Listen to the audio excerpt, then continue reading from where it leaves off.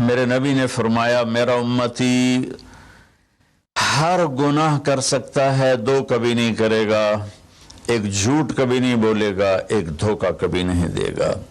تو وزیر اعظم صاحب آپ اکیلے ہیں، دیانتدار ہیں، اللہ سے رونے دھونے والے ہیں، مانگنے والے ہیں، لیکن 22 کروڑ لوگوں میں سچے کتنے ہیں؟ 22 کروڑ لوگوں میں دیانتدار کتنے ہیں؟ ایک بہت بڑے چینل، میں ہاتھ جوڑ کے اینکر بیٹھے ہیں، معافی مانگ کے بات کر رہا ہوں، ایک بہت بڑے چینل کے مالک نے مجھ سے کہا کوئی نصیحت کرے، میں نے کہا چینل سے جھوٹ ختم کر دو، کہا پھر چینل ختم ہو سکتا ہے، جھوٹ نہیں ختم ہو سکتا۔ تو جہاں جس کو، یہ صرف پاکستان کی بات نہیں، پوری دنیا کا میڈیا جھوٹا ہے اور سب سے زیادہ جھوٹ بولا جاتا ہے، اور میرے رب کو، میرے نبی کو جھوٹ سے نفرت ہے۔ میرے نبی نے فرمایا پیاز کھا کے مسجد میں مت آؤ کہ فرشتوں کو تکلیف ہوتی ہے، بو ہوتی ہے، لیکن میرے نبی نے فرمایا جب کوئی مرد عورت جھوٹ بولتا ہے تو فرشتے اس کے منہ کی بدبو سے 3 میل دور بھاگ جاتے۔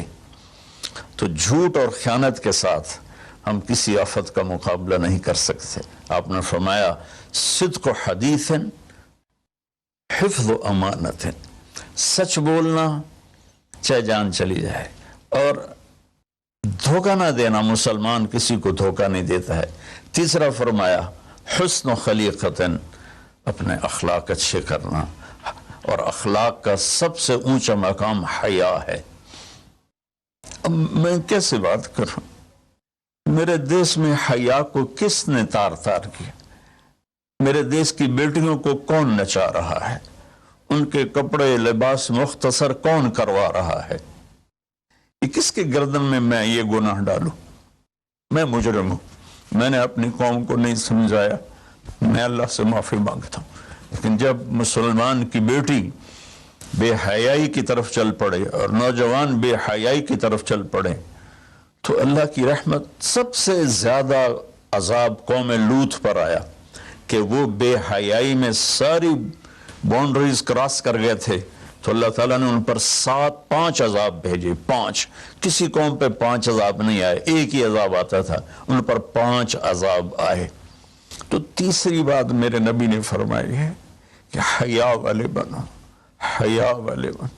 لیکن میری نسل ہے، مجھ سے خان صاحب نے بات کی تھی پہلی دفعہ کہ میں چاہتا ہوں کہ میری یوتھ اللہ کے نبی کے ساتھ جڑے، چونکہ جو ہمارے کالج ہیں، ہماری یونیورسٹیز ہیں، ہمارے خاص طور پر جو یہ پرائیویٹ سکولز ہیں، یہ امت کو، نوجوانوں کو اللہ رسول سے کاٹ رہے ہیں۔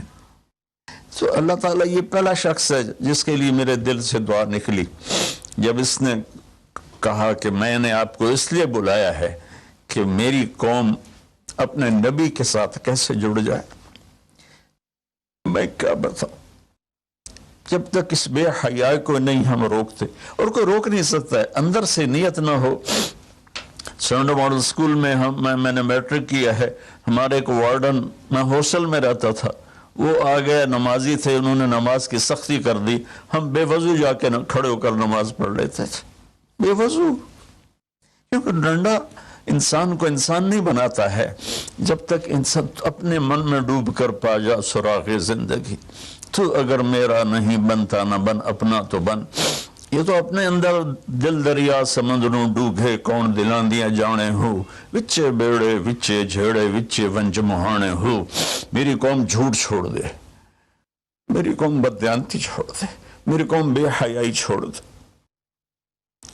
وعفت فی طعمت، آخری بات میرے نبی نے کہا اور رزق حلال کھاؤ، رزق حلال کھاؤ، رزق حلال جو صبح سے شام تک، من امسا کالن بعمل یدہ امسا مغفور اللہ، جو صبح سے شام تک رزق حلال میں تھک جاتا ہے اس کے اس دن کے سارے گناہ معاف ہو جاتے۔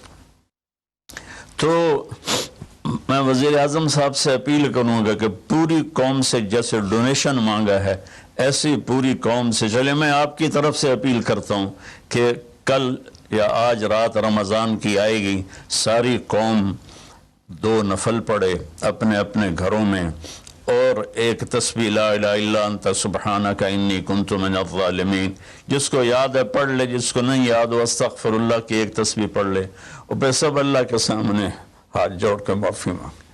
اور اللہ تعالیٰ کہتا ہے ما من یوم الا والبحر یستاذن فی ان یغرق ابن آدم. روزانہ، یہ مسند احمد کی روایت، روزانہ سمندر کہتا ہے یا اللہ اجازت دے میں چڑھ جاؤں اور ان کو بہا دوں.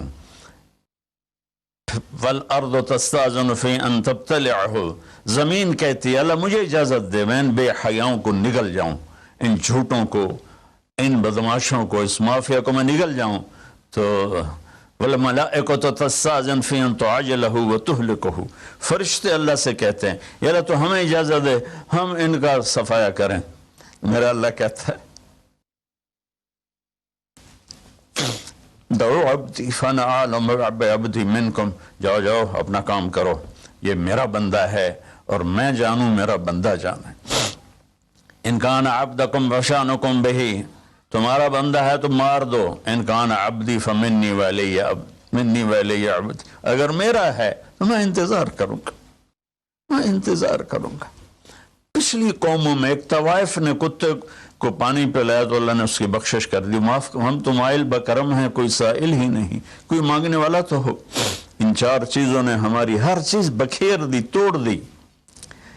کسی بھی قوم کے لیے جھوٹ، بددیانتی، بے حیائی اور رزق حرام یہ ان کو تباہ و برباد کر دیتا ہے. اور کوئی قوم سچائی، دیانتداری، پاک دامنی اور رزق حلال پر ہوگی تو اللہ کا سایہ ان پر چھا جائے گا اور دنیا کی کوئی طاقت ان کی طرف آنکھ اٹھا کر نہیں دیکھ سکتی. ہم تو اجڑے چمن کے مالی ہیں. عمران خان کو اجڑا چمن ملا ہے، کہاں تک آباد کر سکے گا، اللہ اس کی مدد کرے. چمن کے تخت پر جس دم شہ گل کا تجمل تھا، ہزاروں بلبلیں تھی باغ میں، ایک شور تھا، غل تھا. کھلی جب آنکھ نرگس سی، نہ تھا جز خار کچھ باقی. بتاتا باغ مارو رو، یہاں غنچہ یہاں گل تھا، یہاں غنچہ یہاں گل تھا. ابھی عمران صاحب نے یرموک کی اور قادسیہ کی بات